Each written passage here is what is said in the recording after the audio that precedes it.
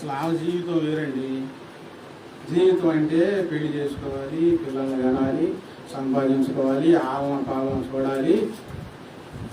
ఇది భూ ప్రపంచం మీద వరకు కొంతవరకు ఈ జీవితం ఇదే తెలుసు.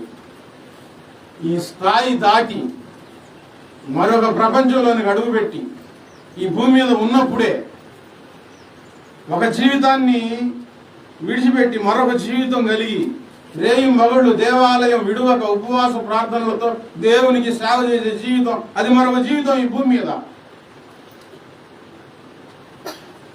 ఏమి చెప్పుకుందో, ఏమి నచ్చ చెప్పుకుందో భర్త కూడా కాదు అని అనలేదు.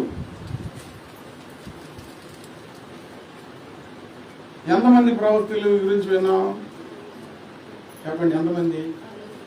4 స్త్రీలు, వివాహమైన వారు ప్రవక్తలుగా మార్చబడ్డారు దేవుని చేత భూమి మీద.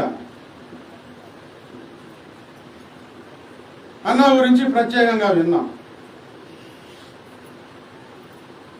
ఇప్పుడు ఒకరోజు మనం అందరం దేవుని ఎదుట నిలవబడతాం.